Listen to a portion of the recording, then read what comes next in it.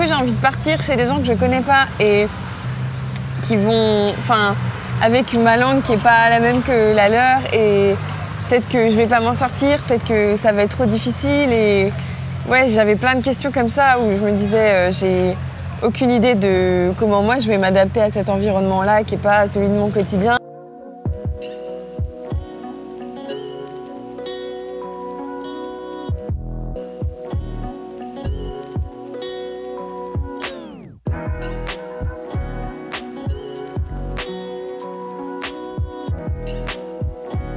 On est là pour parler de voyage linguistique, n'est-ce pas? Exact. Parce que tu m'as dit il n'y a pas longtemps que toi, tu étais partie en Angleterre il n'y a pas longtemps pour apprendre la langue et m'épanouir un peu dans cette vie, dans le quotidien dans l'anglais. Et du coup, c'était quand ça que tu as fait ça? La première fois, c'était il y a 2 ans. Ok. Donc tu avais quel âge? Parce que là, tu as quel âge actuellement? Là, j'ai 13 ans et donc c'était l'année de mes 10 ans. Ah ouais, donc tu étais très jeune. Ouais,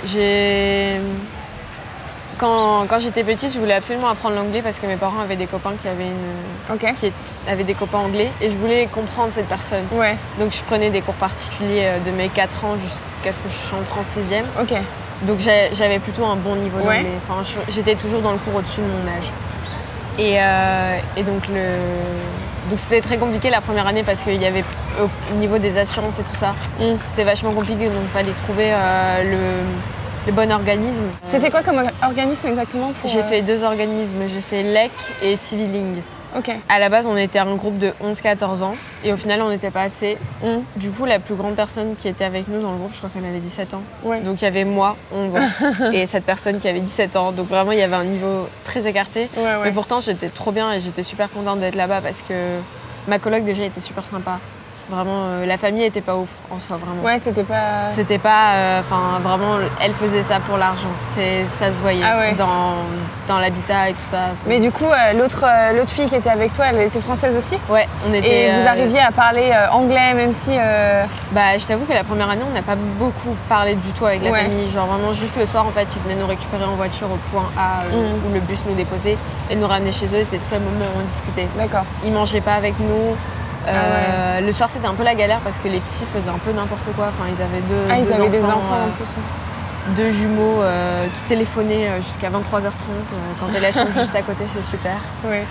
Il n'y avait aucun rangement dans la chambre et notre lit, tu sais, c'était un lit superposé pour vraiment enfants. C'est-à-dire que quand je m'allongeais dessus, je touchais le sol. Ah ouais. Et la fille au-dessus de moi m'aplatissait à moitié. Donc c'était pas le meilleur voyage de ma vie, mais c'était qu'une semaine, donc j'étais trop contente parce que c'était la première fois. Ouais. Donc c'était un environnement totalement différent de mon quotidien en France. Oui, et puis ça te fait sortir de ta zone de confort, tu vas, t'es toute seule. Enfin bon, du coup il y avait une autre fille qui était avec toi, mais... Et donc là, tu considères que ton premier voyage, t'as pas trop progressé en anglais par rapport à ce que t'attendais? Si, j'ai progressé en anglais parce que le matin, on avait des cours. Ah oui, vous avez quand même tous les jours, des cours, on avait 3 heures de cours. Donc j'ai quand même progressé à ce niveau-là, mais je veux dire, pour découvrir l'environnement, j'ai pas vraiment progressé sur ce plan. D'accord. C'est pas... Là, j'ai plus progressé dans mon niveau d'anglais que dans mon adaptation à la vie réelle. Entre Et après, là, mon deuxième voyage, c'était trop bien. J'étais en bord de mer. Ma famille, elle était hyper cool. Ma coloc était sympa, mais parfois, j'avoue que... je sais pas comment dire, mais au bout de 2 semaines, on commence un peu à chauffer un peu l'une l'autre. Donc elle était vachement cool, hein, mais par contre, le seul problème, c'est que du coup, au bout d'un moment, c'est beaucoup. Ouais, c'est ça l'inconvénient, c'est que t'es toujours avec quelqu'un d'autre qui est français. C'est ça. Et puis j'ai eu un peu des problèmes au niveau de mes potes quand j'étais là-bas. Enfin, des potes que j'avais sur place. Et parce qu'ils étaient très vieux. Pareil, ils étaient tous au lycée pratiquement. Enfin, on était peu à être au collège. Et il y avait les bails de fumer, voilà, tout ça, tu vois. Et moi, j'étais là. C'est pas trop mal. Je suis la seule enfant vraiment à ne pas faire ça et à ne pas suivre les lois de la société, entre guillemets. Donc j'étais un peu, pas vraiment mise sur le côté, mais un peu la meuf un peu ragarde. Ouais. Mais après, t'en retires quand même des bonnes choses. J'en tire quand même des extrêmes bonnes choses parce que la famille était vraiment super. Et ils avaient un Airbnb. Donc j'y suis retournée là en février pour 3 jours avec ma mère et ma sœur. Et je retiens une vraiment meilleure expérience que la première. Non seulement parce que même si l'environnement... on parlait beaucoup plus avec la famille, ils mangeaient avec nous le matin, le midi. Enfin, pas le midi. Ça te forçait plus à parler anglais. Ça me forçait beaucoup plus à parler anglais. Et quand je savais pas dire des choses, je savais que je pouvais essayer de leur expliquer et pas forcément aller chercher directement sur Google Traduction. Oui, puis tu étais aussi plus vieille que la première fois, je pense que j'étais aussi plus vieille et puis après j'avais déjà l'expérience d'avant. Donc une fois que tu as commencé, oui, c'est ça, c'est plus facile après, plus tu vas. Moi, c'est pareil, parce que du coup, moi c'était pas avec un organisme, c'est les amis d'amis de mes parents, donc qui sont anglais. Et chez qui je suis allée pour la première fois, c'était en 2012, donc j'avais 15 ans. Et là, pour le coup, c'était pas avec un organisme. Je suis arrivée là-bas, ils sont venus me chercher à l'aéroport. C'était une famille, donc ils avaient 2 enfants et ils parlaient pas français, quoi. Donc j'avais pas le choix. C'était tu parles anglais. Et c'est vrai que j'ai vraiment vu que donc j'y suis restée 2 semaines la première fois. Et à la fin des 2 semaines, même si forcément j'étais pas devenue bilingue en 2 semaines, c'est pas possible, mais j'avais gagné en fluidité. C'était beaucoup plus simple pour moi de trouver les mots. Et ouais, pour ça aide vraiment quand t'as pas le choix et que tu parles avec les autres. C'est vraiment chouette, quoi. Puis tu gagnes aussi au niveau accent, parce que tu t'habitues à leur accent et du coup tu t'habitues plus à le prononcer. Ouais, exactement. Donc c'est aussi bénéfique sur ce point-là pour te faire comprendre. Ouais. Tu regardes la télé, t'écoutes la radio avec eux. Moi, c'est vrai que je jouais pas mal avec les enfants. Donc moi, j'avais 15 ans, ils avaient, je crois, 6 et 4 ans. Donc ils étaient petits et à la base, j'étais allée pour m'occuper d'eux. Puis finalement, ils étaient en vacances. Donc en fait, juste je faisais tout avec eux. Donc on avait fait de l'acrobranche, ils m'emmenaient au resto, c'était trop bien. Enfin, franchement, c'était des trop bonnes vacances et j'ai vraiment gardé contact avec eux. En fait, je suis retournée les voir chaque année, 2 semaines à chaque fois à peu près. Et là, même encore maintenant, je continue de les voir à peu près 1 fois par an ou tous les ans et demi. Et c'est vrai que ça aide, quoi, parce que moi, c'est des trucs tout bêtes, mais tu vois, avant, donc j'avais un bon niveau d'anglais, mais tu vois, les cours que tu as au collège. Et des trucs tout bêtes, genre dire placard ou dire fourchette, il y avait des mots comme ça, je sais même pas comment on dit ça. Et voilà, au fur et à mesure, tu apprends des expressions aussi qui sont un peu plus idiomatiques, comme ils disent les profs d'anglais.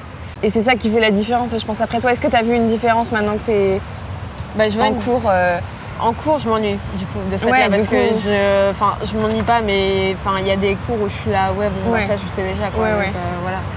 Mais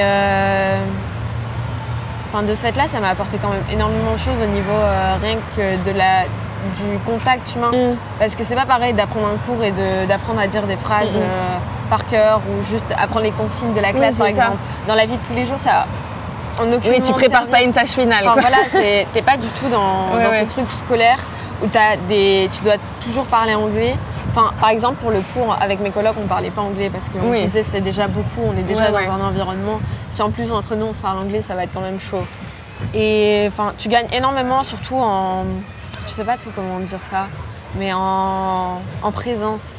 T'as plus confiance en ta propre capacité à parler anglais, c'est ça? Et après, c'est surtout que t'as pas le choix. Genre, tu peux pas dire madame, je sais pas comment dire ça, comment je le dis.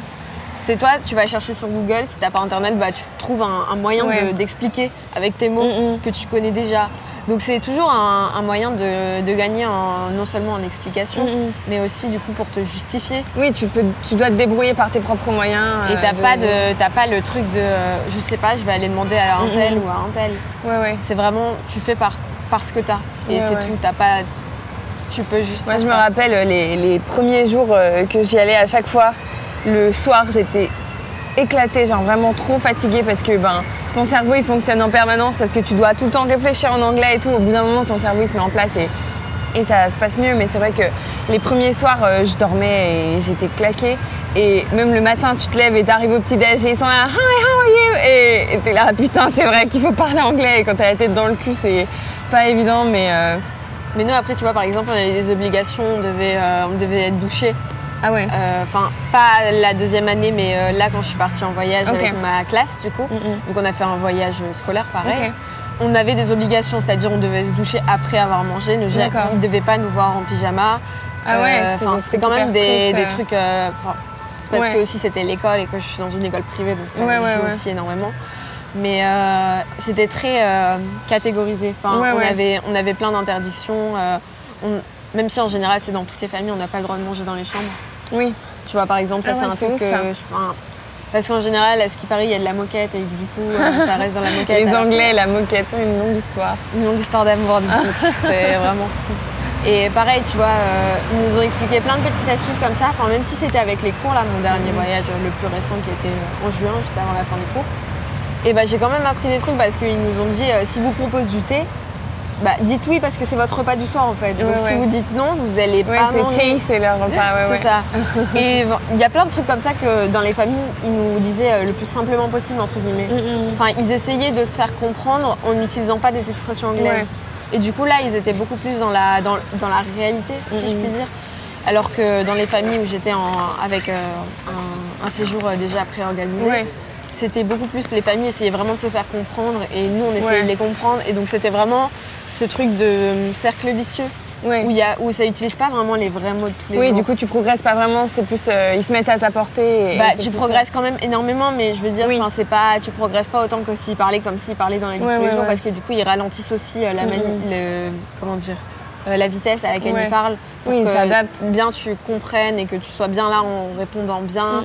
Et pareil, ils essayent de te comprendre, mais t'as pas un accent de ouf parfois. Donc parfois ils disent oui, mais en fait ils ont pas compris, donc ils te redemandent. Ouais, c'était plutôt moi ça au début. Des fois, ils parlaient. En plus, c'est l'accent britannique. Des fois, tu comprends pas selon les régions où ça se passe. Genre, moi, où j'allais, c'était vers Manchester, donc dans le nord de l'Angleterre. Et les enfants, ils avaient un accent, mais des fois, je comprenais pas ce qu'ils me disaient. Et je me sentais mal parce que j'étais plus vieille qu'eux. Et je me dis, je suis censée. Qu'est-ce que je suis censée avoir faire plus confiance en moi que eux parce que je suis plus vieille. Et en fait, c'était galère. Et même des fois, les parents, ils me demandaient des trucs. J'étais là, je vais dire oui, mais je suis pas sûre d'avoir compris ce que tu as dit. Mais bon, c'est vrai qu'au fur et à mesure, voilà, tu t'adaptes, mais le début, c'est pas évident. Et c'est toi qui avais choisi de faire ça ou c'était C'est moi qui avais demandé la première année, j'avais dit ça serait cool et tout. Il y aurait moyen d'essayer de chercher un truc. Et donc, on avait trouvé ça et tout ça. Et la première année, j'étais là, bof, pas ouf. Enfin, c'était pas je pense que ça sera pas le meilleur que j'aurais fait de ma vie. Mais même si après c'était une première fois, donc je sais pas si j'avais vraiment ce goût réel de je me rends compte de où je suis. Oui, et puis en même temps, à 10 ans, c'est pas évident non plus. Je trouve ça jeune, moi, quand même. Après, c'est jeune, mais j'avais envie de le faire. Oui, c'est ça, dans la mesure où c'est toi qui voulais, c'est chouette, quoi. Tu te dis, tu vas découvrir un nouveau pays, tu découvres des personnes que tu n'aurais jamais découvertes aussi. Ouais, t'es dans le vrai après. Parce que c'est pas. Enfin, le scolaire, c'est vraiment pas pareil. Ouais, non, mais c'est clair. Hein. Là, c'est comme si tu prends ton bain, tu mets ton bain à couler. Ton bain à couler, c'était court. Tu montes dans le bain, c'est là où t'es vraiment dans le voyage et t'es vraiment sur place en train de parler avec les gens. Donc, toi, tu disais que c'est toi qui as voulu partir, mais en fait, moi, c'est plutôt l'inverse. Enfin, soit j'avais envie de partir à l'étranger parce que j'ai toujours aimé parler anglais et voilà. Mais en fait, c'est mon père qui a commencé à dire on connaît des amis d'amis qui peuvent t'accueillir pendant 2 semaines, donc en fait, tu vas le faire. Et c'est vrai que sur le coup, c'est pas que j'avais pas le choix parce que voilà, si vraiment j'avais pas voulu, il m'aurait dit non. Mais sur le coup, je me suis dit est-ce que j'ai envie de faire ça? Est-ce que j'ai envie de partir chez des gens que je connais pas et qui vont, avec ma langue qui est pas la même que la leur et peut-être que je vais pas m'en sortir, peut-être que ça va être trop difficile et ouais, j'avais plein de questions comme ça où je me disais j'ai aucune idée de comment moi je vais m'adapter à cet environnement-là qui est pas celui de mon quotidien et finalement voilà, je regrette pas et ma petite cousine qui, je crois qu'elle a 15 ans, 16 ans peut-être et là elle est partie au Canada pareil pour apprendre l'anglais et elle avait cette même appréhension, c'est-à-dire que c'est sa mère qui lui a dit ce serait cool que tu fasses ça et elle était en mode mais peut-être que non. Et je lui ai dit si, mais promis, tu le regretteras pas et vas-y, tu vas t'éclater. Et ça fait peur le premier jour. Mais une fois que tu es dedans, en fait, il n'y a pas de raison que ça se passe mal. Et tu te dis, je suis une personne intelligente, je vais me servir de mon cerveau et ça va bien se passer. De toute façon, ton cerveau, il s'adapte en fait. S'il se dit, je parle pas anglais, bah tu sais quoi, je vais apprendre comme ça, je vais moins galérer. Et ouais, pour ça, c'est vraiment chouette de se forcer un peu à le faire, même si toi, du coup, c'était pas trop ton cas, mais...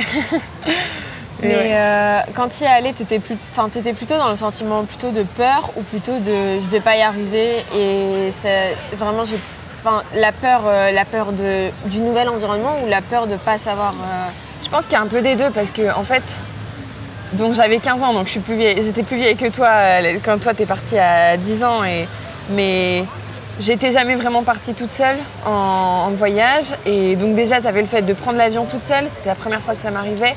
Il y avait le fait d'arriver dans une famille que je connaissais pas du tout. C'était plutôt est-ce que je vais réussir à les comprendre? Est-ce que eux vont réussir à me comprendre? Et est-ce que vraiment en 2 semaines je vais réussir à faire quelque chose et à me sentir bien finalement, tu vois, parce que c'est pas évident quoi. Quand tu pars, tu te dis certes je suis forte à l'école en anglais, j'ai des bonnes notes, mais c'est vraiment pas la même chose quoi quand tu arrives chez des gens qui sont là. Donc en fait on va te parler anglais parce qu'on connaît pas d'autres langues, donc démerde-toi avec nous maintenant.